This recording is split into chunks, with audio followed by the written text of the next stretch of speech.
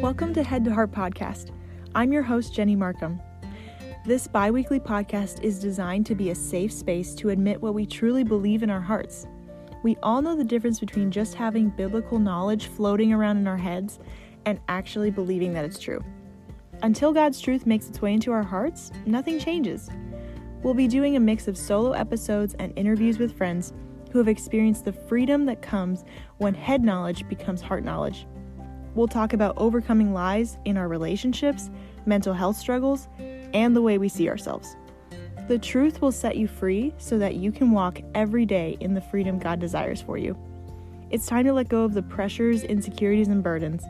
That's not yours to carry. Thanks for joining us.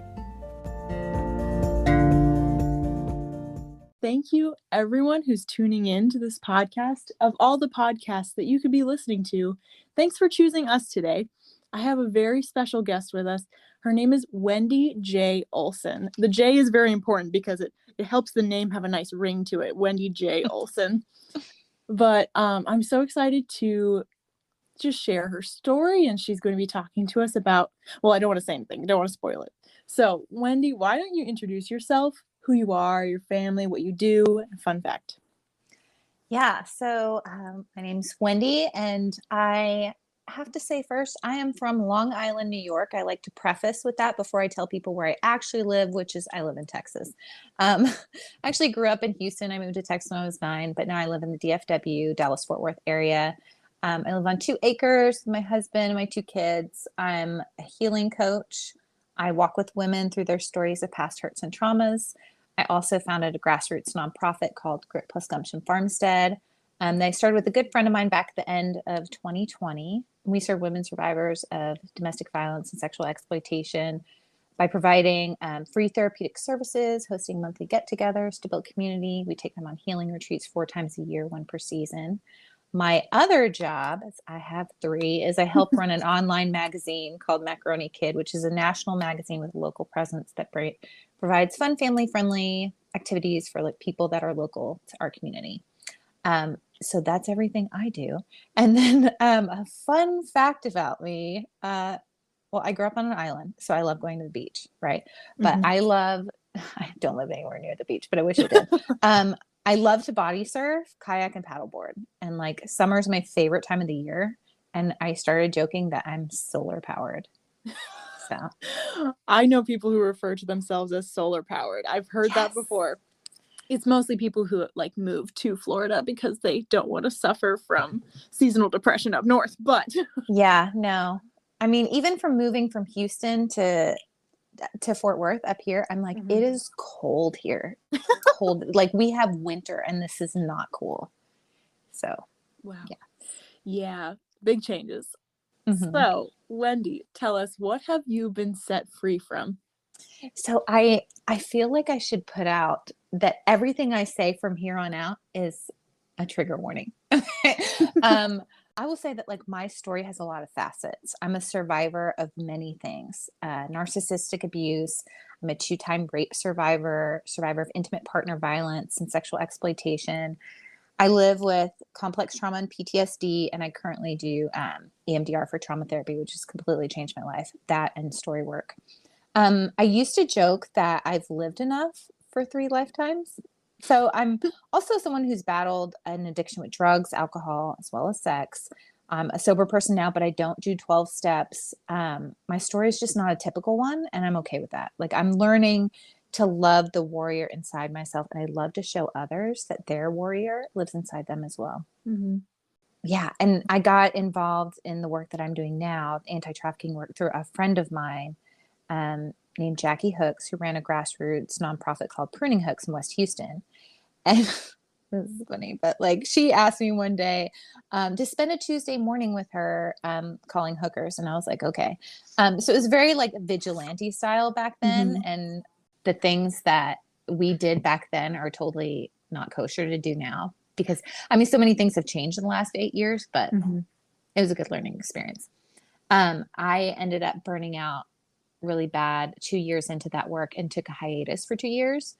When I wanted to get back into the work, I went to see my friend Emily Mills down in Waco, who runs Jesus Said Love. And She told me that the only way to have real longevity in this work is to know your story really well. And I was like, I know my story. Like, I knew all of it because I'd lived it, right? Mm-hmm. And she gave me this book to read called To Be Told by Dan Allender, and I finished it in 24 hours. And it turns out I Wow. didn't know my story. Ever since then, I've been doing story work myself and just experiencing freedom through that. I've been teaching and leading women through story work, and then, starting this nonprofit using the modality as well. So I totally drank the Kool-Aid and it was delicious. So being set free from, and still being set free, because I don't think that we ever like arrive healed. You know what I mean? Like we're Right. always in the process of healing. So still healing, ... Mm-hmm. And right when we think, no, I am healed, we find more stuff. Oh yeah. And then like you retell a story that you're like, I've done so much work on this story. I've got this in the bag. And then suddenly you're bawling your eyes out. And you're like, I guess there's more. Yeah, there's always more. There's always more. And man, that sucks. But it's a good suck, I guess. Yeah. Yeah, it is. So as you're doing this work, anti-trafficking, could you define what trafficking is? As we do hear these terms pretty often now, it's growing in awareness, which is awesome, but could you define what it is for us? Yeah, so the Department of Homeland Security defines human trafficking and actually redefined it several years ago as modern day slavery, and it has to include three things: force, fraud, and coercion, in a way to obtain some sort of labor or commercial sex act. Those being the three key things to look for as defined like from a legal standpoint, right? We work in the area of sexual exploitation, which is a broader term and covers many more instances of coercion. So in a day and time when more things are being brought online for convenience, the market of trafficking is absolutely following that course, right? When the pandemic hit, a friend of mine talked with me about how trafficking is going to change over the next few years. And just as we predicted, it's become to where someone can be exploited in their own home without ever having met their trafficker. So through social media, group chats, even some video games, people are being sexually exploited at a much larger rate than before. And the term sexual exploitation covers a much wider range, which is why we chose to use that wording for our mission and vision with our nonprofit. We felt like it opened up a wider door, especially to those that are experiencing that more now. The awareness is also growing, though. So it's like we have both sides where it's happening more often and more sneakily, if that's a word, but awareness is growing of it. So that's also a great thing. Yes, it can be a real catch-22 in the awareness part of things, because people think they know what trafficking is. And then when they realize, oh, that's, or maybe they never realize, they bite on to whatever they read on Facebook. And then they're like, oh, that's what that is. No, that's not what it is. Right. Oh, that's good. What do you feel are some common misconceptions that people can have about trafficking that just aren't accurate to what it really is? People so often will grab onto something that sounds catchy or good on social media and make it their truth. Okay. For example, many people believe that 800,000 children are trafficked in the US every day, probably because they read a Facebook post about it or a blog, that someone heard about it from a friend, when in fact the number came from a conspiracy theory that was never rooted in facts at all. The study, I believe, came from a missing children's report, but not all missing children cases have to do with trafficking. So if 800,000 children go missing in the United States every day, half of those are mistakes. The other third are probably custody disputes. Some children are found. And while people mean to bring harm to people, it's not always trafficking. And that seems to be like the go-to word for everybody, right? Like you always see there's a TikTok or an Instagram or something of like, I think I was almost trafficked. I mean, maybe he wanted to make a skin suit out of you. That's not trafficking, but like, it's still, he means to do you harm, right? So in essence, the word trafficking has become sensationalized. It's been this go-to for everything that's bad in the world. And it's just not that. Another thing people believe is that women and children are being kidnapped and sold into trafficking, like on movies they've seen, like Taken or something like that. But that's just not facts at all either. Are people kidnapped? Sure. Is that how the majority of traffic happens? Absolutely not. So I think if a lot of people realize that the truth behind trafficking is that the majority of trafficking survivors were trafficked by people they knew, and or that over 60% of trafficking survivors are member of the BIPOC and LGBTQ communities, they'd probably be less interested in the subject and find other things to talk about. Because unfortunately, people want to sensationalize what's relevant to them and not the actual truth.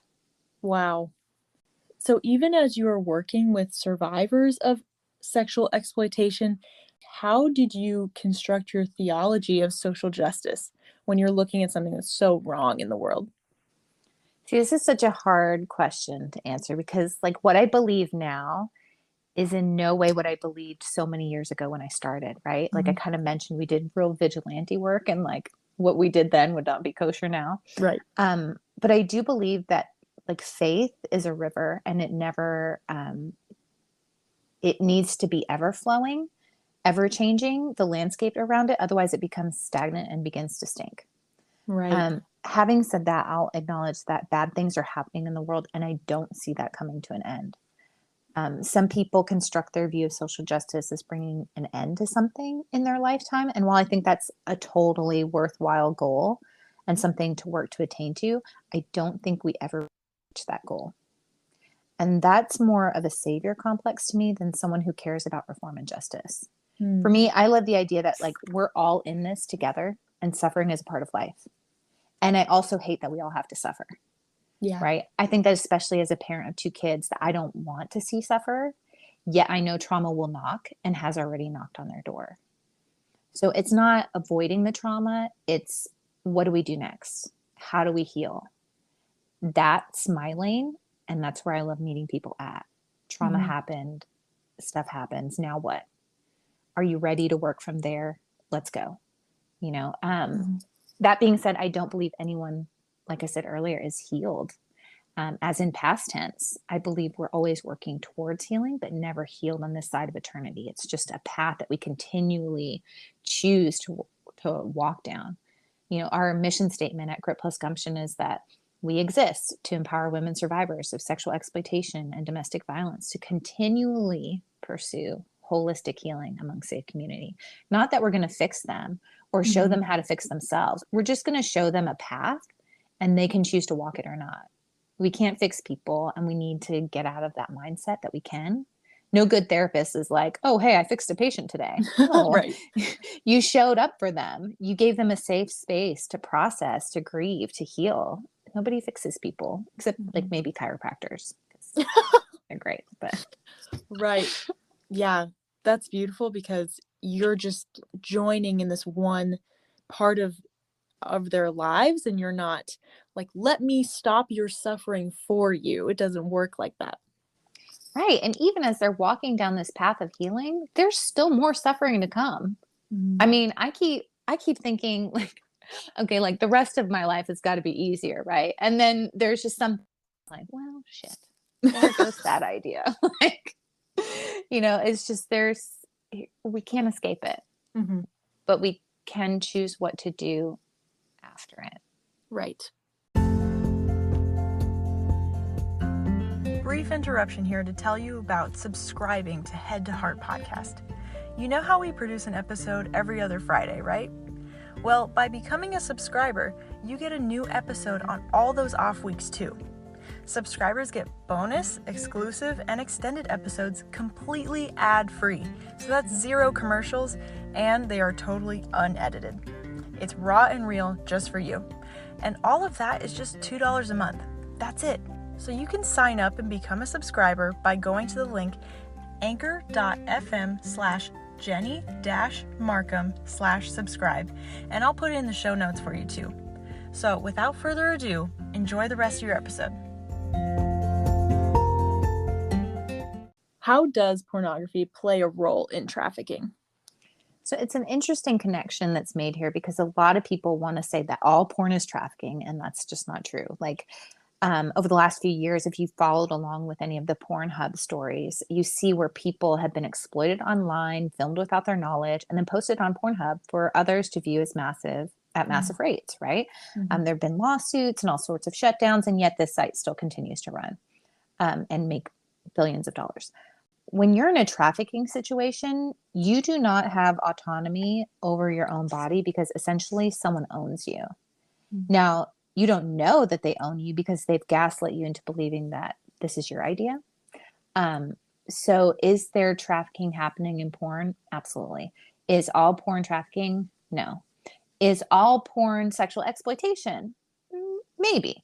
But again, it's hard to know like each individual situation. I don't like blanket statements that say it's one way or another. I don't think it's possible to sexually exploit yourself logically, but in my own story of sexual exploitation, that's what I feel I did, even though there are many facets to that dynamic, and the victim always takes on the blame. It's what keeps us silent and suffering in shame. No, I don't believe it's possible to sexually exploit yourself. There's other factors at play, even if those factors played a part in your history or in your family of origin. Many women feel like they're also taking back control, power grabbing, if you will, by entering back into sex work or entering into it in the first place. And I think that's pretty normal, albeit misunderstood way of healing. I think there's just too many issues and factors at play to say decisively yes or no to this one topic. It's like pornography and trafficking, like hold thumbs instead of holding hands. Like they're related, but they're not like fully connected. Right. Like parallel lines that swerve into each other every once in a while. Yeah. Right. Yeah. Believe me, I love being organized just as much as the next person, but I have found a pattern in my life when I try to use a basic planner. It goes like this.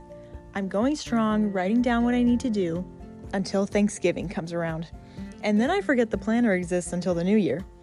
In January, I'm committed and excited to get organized, but once March hits, I can't even find the thing anymore.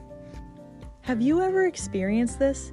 Do you ever feel like you want to get organized but just don't have the time to? Let me tell you about Life in Order. Life in Order is a business that makes 100% customized bullet journals to help set you up to thrive in your goals, business, relationships, and personal growth. My bullet journal has been a game changer for me, and the best part about it was that it was already set up for what I personally needed in my life. Now I can keep track of how much water I drink and how often I'm journaling. I also requested to put a page in there specifically dedicated to honeybees, because who doesn't need more honeybees in their life? You can find Life in Order's products on Etsy.com today to get your own bullet journal set up for your unique lifestyle. You can also use the code JENNY15, that's JENNY15, to get 15% off your personalized journal today. So I highly encourage you, take initiative to order one, and your future self will personally come back to you of today and thank you. What are some statistics that you wish everyone knew about? So funny enough, I'm actually not a statistics person, but I would like people to know, not numbers wise, but just that the majority of survivors of exploitation are people of color and people from marginalized communities. So the people that so many communities are taught to hate, right? People claim that they want to help. But then when they realize what the victims actually look like, they don't want to be a part of that conversation anymore. You've got trafficking survivors in prison systems right now, mental health hospitals, experiencing homelessness. It's not pretty, but that is what complex trauma looks like. People want to think it's one thing when it's not that at all. There used to be a saying that for every 10 times a person leaves their trafficker, they go back 9. And you have to be prepared for the reality of choice in other people's lives. And the fact that you can't save people. That's what I'd really just like more people to know. But people get so hung up in numbers. I did a video a few months ago that was like, 800,000 children are not trafficked in the United States or whatever. And they're like, well, what's a more accurate number? And I'm like, well, if you ask or you get to know a lot of trafficking survivors, they were trafficked when they were children in their family of origin. They were trafficked by family members, and they keep that secret for 20 years, didn't realize, until they're in a group talking like this is just normal life behavior and realizing, oh, this was different than everyone else's experience. So there's no like real cold hard facts. Mm-hmm. There's definitely studies, and people do this sort of thing and study the models and put together rough estimates. But is there like a roundabout number of, I mean, sure, if it makes you feel better, but like you have to think about, in my experience, I was raped when I was 18 and when I was 20, and I didn't actually acknowledge it as rape until I was 35. So Wow. for 15, 16, 17 years, I kept that a secret. Mm-hmm. So how many people are sitting on secrets right now? Right. Because they've been, guilted into shame Mm-hmm. and held silent. Right. And once you put a face to a person, are numbers really helpful in those scenarios? No, they're not. When really the numbers that I want people to remember is that the largest majority are people that are members of the BIPOC community and LGBTQ. Mm. Those are the biggest. That's the majority of trafficking. Why? Because they come from marginalized communities. Wow. So what does that say about our culture and our country that we've created this? I mean, we've kind of created this monster. Yeah. Wow. If anyone out there listening is sitting there taking notes, please write that down. Tell your mama. No, I'm kidding. Don't tell her. So we do hear the word advocate for many things in our culture, and Mm-hmm. we would say that being an advocate is a positive thing. How would you define being an advocate? Being an advocate to me is someone who listens. Probably more than talks. They're a friend, a safe space, but they're also holding a boundary that respects the person and themselves. It's sometimes something as simple as picking up someone's groceries when they need you to, or showing up when they've relapsed. It's, teaching them to use their voice, but also being their voice when they don't have one. It's mutual respect, seeing them for the beautiful soul that they are, not who we want them to be or the expectation we've made of them in our head. It's just about being there and using the voice God gave you for those without one. Wow. Yeah, there are a lot of verses in the Bible that talk about justice and speaking for those who don't have a voice in some way, but I don't feel like we hear about those verses enough. I don't know. When I go into church, right, that's not the verse that I'm necessarily expecting to hear preach from the pulpit for some reason, because that includes this messy work we don't necessarily feel comfortable getting involved in some way. And people take so many of those verses like, I'm going to speak for somebody. Do they want you to speak for them? Did you ask them? Mm-hmm. I remember a client we had last year was struggling with the organization that she was working with. And I mean, I wanted to listen. And of course, like the mama bear in me is like, I'll fix this, I'll tell them. How dare they, But like I had to, skirt, like backtrack, beep, beep, beep, a little bit and be like, how can I help? I think that's the question that we need to put out first. How can I help? Like, how do you want me to help? Mm-hmm. I'm more than happy to do X, Y, and Z, but are you comfortable with me doing X, Y, and Z? That to me is advocacy work. That's like a push and pull. That's like hey, I am more than happy to speak for you, but do you want me to speak for you? Because so many people can call themselves advocates, and they're just the loudest voice in the room. That doesn't mean you're an advocate. It just means you're loud. Yeah. And you may have, the funding of a mega church behind you, making your voice even louder. That doesn't mean your voice is right. It doesn't mean that your voice even should be heard in many arenas. It just means you're loud and someone gave you a microphone. Wow. That's really good. So if anyone is listening to this podcast and they're like, well, sign me up, I want to help, how would you advise listeners to be advocates and come alongside survivors? You know, I truly believe this work is like something that you're called to, not something you do because it sounds cool, right? Like it doesn't, like, once you know the truth of it, it doesn't sound cool at all. Because the truth is, once you start doing the work, you see how uncool it really is and how hard it really is and how triggering it really is. So in order to do this work, you have to know your own really well. And I go back to Emily Mills telling me that exact same thing, which put me on the trajectory of the path that I'm on now, that completely changed my life. So even before I'd say how you can serve others, you need to make sure like your shop is in order, right? As to say, you know your story, you've done the work of healing yourself. You can say that you're a little further down the path than someone else. You can't lead unless you acknowledge that you have a limp yourself, right? And then I'd say find a local organization and dive in. I worked for years with other organizations before starting my own. I met with executive directors. I asked a lot of questions. I stayed curious. I stayed open. I tested my faith and made sure to completely deconstruct it before attempting to rebuild. I mean, find those people and learn from them, and don't try to reinvent the wheel. And just be aware that people are donning a savior complex, and be educated around that as well. Because not every organization does good work.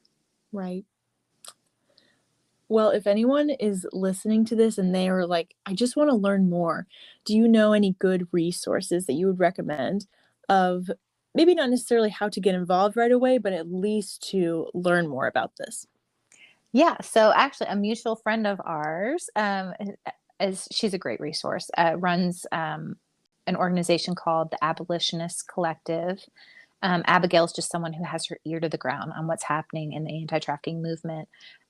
She has a great newsletter she puts out once a week that gives all the information, about what we need to be aware of, what's actually truth. She's been doing a series on exploitation and trafficking that's popped up in Ukraine lately, really educating us around that. She's worked with Rebecca Bender's organization before, which is another great resource, RBI, Rebecca Bender International. Survivor trafficking has done amazing work helping other survivors share their stories in a safe way that doesn't lead to re-exploitation, and also just leading the charge on many legislative issues. My friend Kathy McGivens runs 1211 Ministries down in Houston. Kathy is heavily involved in change-making laws to protect victims of sex trafficking. She's also a survivor herself, having walked the streets of Houston. She was actually featured in a People magazine a few months back, and she's a great mentor of mine. She's the real deal. Okay.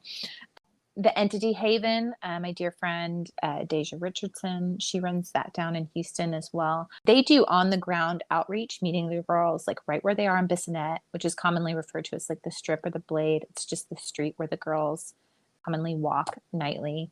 They go down, create relationships with these girls. And I actually met Deja's beautiful mother first at a Pruning Hooks meeting while Deja was still caught in trafficking. Another one, Emily Mills, she's down in Waco. She runs Jesus Said Love with her husband, Brett, and they do amazing work, and they help provide livable wage jobs for survivors. He actually runs the Stop Demand School that male buyers of sex have to take in McLennan County in Waco. They're the real deal. They've been doing this, I think, since 2003, and they're just a staple in that city. And then there's another organization that we partner with each year who has helped our nonprofit numerous times, called Blackout Trafficking. They help people who are looking to get started in advocacy. They link them with survivor-led organizations, and they're just doing great work all around the country. They actually help raise money for nonprofits that are doing anti-trafficking work. And then, of course, there's our organization. I mean, I'd love to listeners to check us out, reach out, connect with us. Like, we're always looking for volunteers, interns, and just amazing people to connect with and get to know. Ours is Grit. You can find us gritplusgumption.org or at Grit Plus Gumption on social media. And we'd love to hear from people and connect. Yeah, that's awesome. I'll link all of those in the show notes. So what is one final piece of encouragement or advice that you would give listeners listening to this episode? Yeah. Everyone has a story. Even people who think they don't have a story. You totally have a story. And it never serves you well to compare trauma. Some of us have suffered big T trauma. Some have suffered little t trauma, but it's all suffering. And your brain and body connect that as all the same. Knowing your story really well, getting to know your story, being curious about your story, doing the work of healing is the most essential thing that you will do, because you cannot escape. No one leaves this life unscathed, right? There's no one walking around this earth, not even my 9-year-old, who's like, I don't have trauma at all.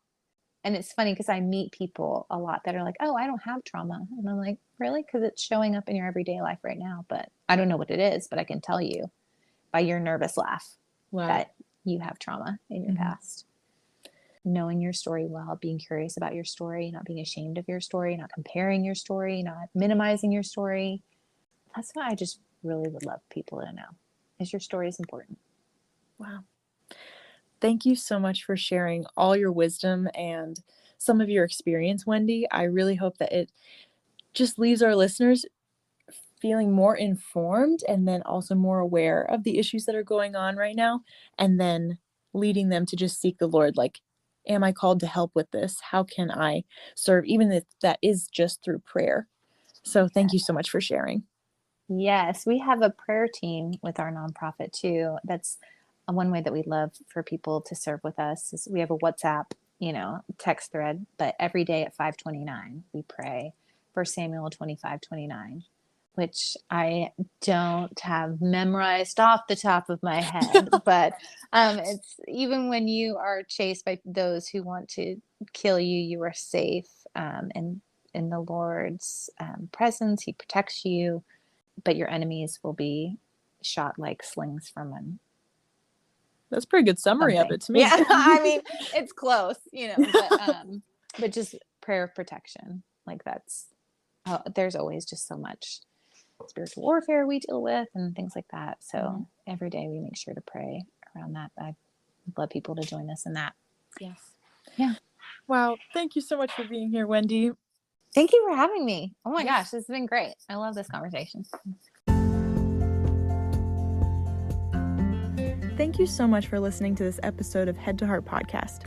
It's a joy to record them and a joy to have you listen. If you have any topics in mind you'd like us to cover, go ahead and send us a message on Instagram.